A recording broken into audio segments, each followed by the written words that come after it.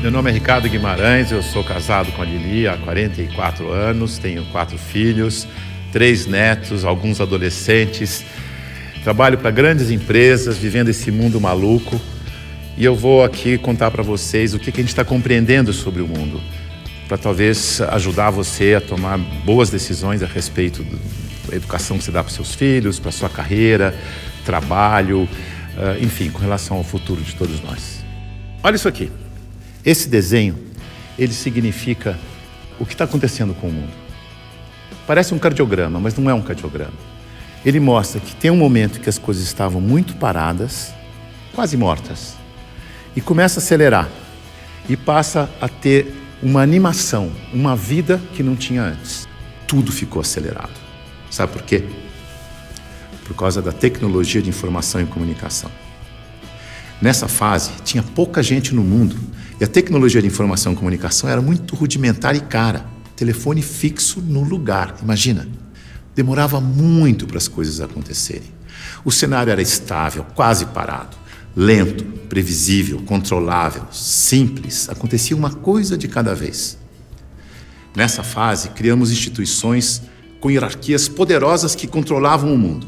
E nós nos sentíamos muito seguros, porque tudo permanecia igual por muito tempo.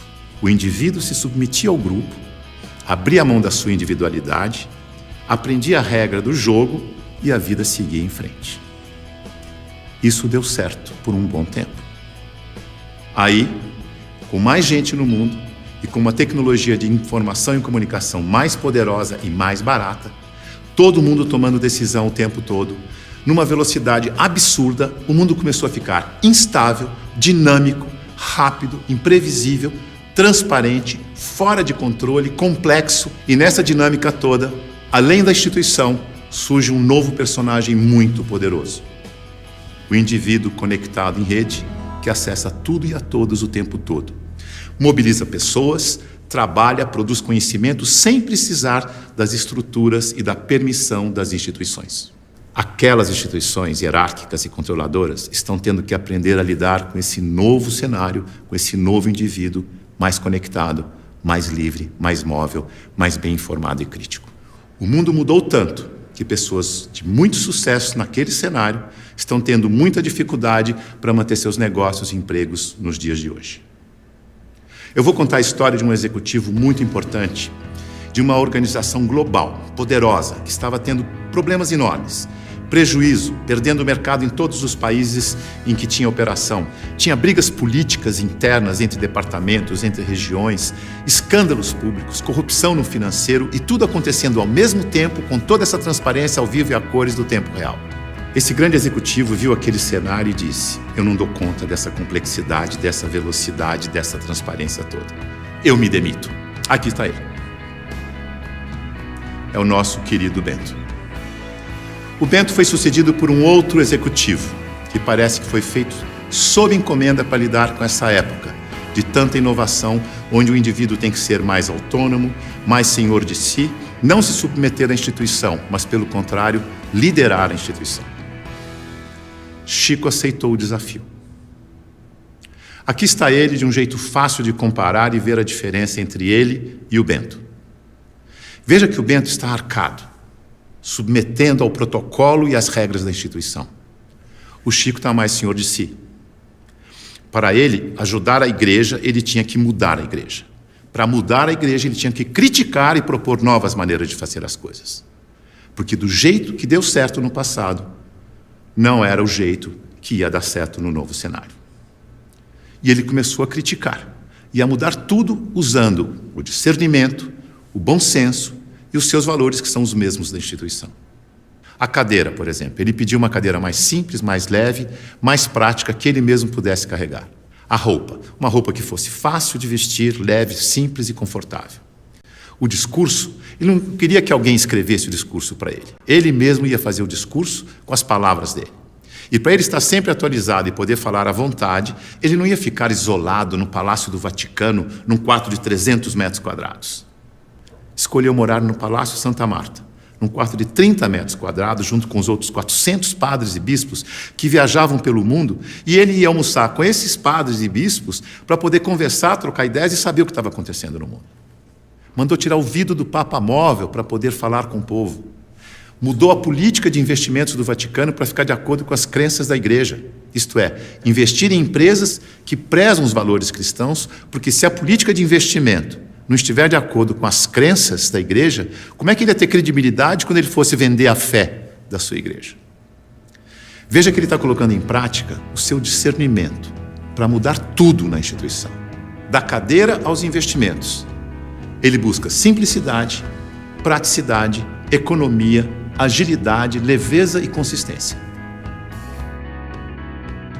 O Chico é um bom exemplo de sucesso neste novo cenário.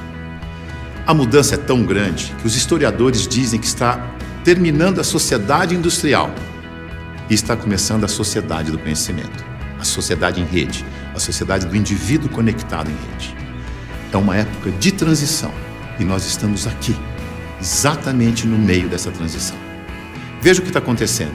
Neste ambiente estático, estável, a boa empresa funcionava como um relógio, uma engrenagem sem vida, isolada do ambiente, tic-tac, tic-tac, tic-tac, onde o empregado era uma peça da engrenagem. O futuro era igual ao passado. Na medida em que o ambiente foi ficando mais mutante, mais veloz, novidade a toda hora, imprevisível, a empresa tem que se atualizar, aprender e evoluir o tempo todo para não desaparecer. Não é mais conservar, mas é adaptar-se, aprender, evoluir. Não pode ser um relógio que se repete eternamente igual, mas um sistema vivo, aberto, interativo, que aprende e evolui sem parar. E as pessoas não podem ser peças de engrenagem que se repetem sem pensar. Tem que ser células vivas, sensíveis, críticas, interativas, que trocam ideias, sugerem soluções, como o Chico. A boa notícia é que a gente sabe gerenciar muito bem os sistemas vivos. Sabe por quê? Porque nós somos sistemas vivos. Somos feitos de sistemas. Sistema respiratório, sistema endócrino, sistema ósseo, sistema digestivo. Sistema é um conjunto de elementos que trabalham de forma interdependente com um propósito comum. Como o nosso corpo.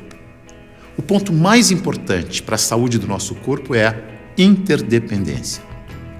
Veja no seu próprio corpo. Nossos órgãos trabalham de forma interdependente, sempre em busca do equilíbrio do corpo. Esse é o propósito. Se um órgão declara independência, e isso se chama câncer, o corpo entra em colapso. A integração entre os órgãos desaparece. A energia do corpo se esvai, não consegue mais interagir com o ambiente nem reagir aos estímulos. Como sistema aberto, ele vai sucumbir ao cenário. Então, se você quer trabalhar numa empresa de sucesso neste cenário, ajude a funcionar como um sistema vivo aberto. Você sabe, porque você é um sistema vivo aberto. Mas aqui vão algumas dicas para ajudar.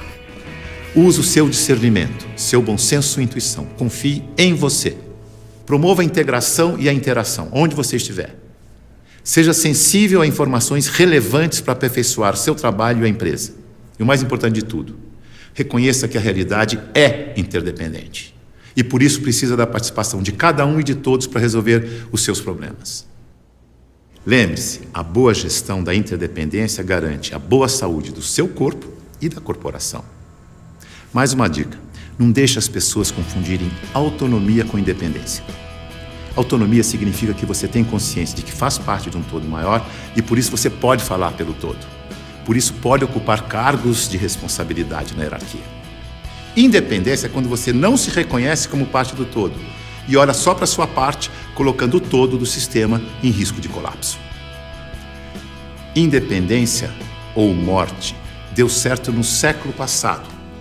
Neste século, o certo é interdependência ou morte. Veja a evolução das relações na empresa e no mercado. No começo, a hierarquia era absoluta. Poucos mandavam e todos obedeciam como crianças obedientes. Não tinha concorrente, mas precisava de canal para vender. Depois, a empresa cresce, a hierarquia permanece, mas as áreas passam a ter seus chefes. As crianças ficaram jovens e, como jovens, andam em tribos. Nós versus eles. As áreas competem o tempo todo porque precisam se afirmar, como jovens. Essa é a fase da independência ou morte. No mercado, o concorrente aparece e obriga a empresa a olhar para o consumidor. Hoje, a competição continua, mas vai ter que conviver com a cooperação para sobreviver nesse mundo mais veloz e mutante, em que a interdependência fica cada vez mais importante. Temos que amadurecer como indivíduos e olhar para o nosso interesse pessoal e do todo ao mesmo tempo. O Papa Chico, quando falou do meio ambiente na sua encíclica, ele não falou com os cristãos apenas. Ele falou com todos que vivem neste planeta, que ele chamou de a nossa casa. É isso aí. É nós, junto e misturado. Essa é a real. Esse é o futuro, com as pessoas mais valorizadas, mais bem informadas e fazendo melhores escolhas para suas vidas. Boa sorte.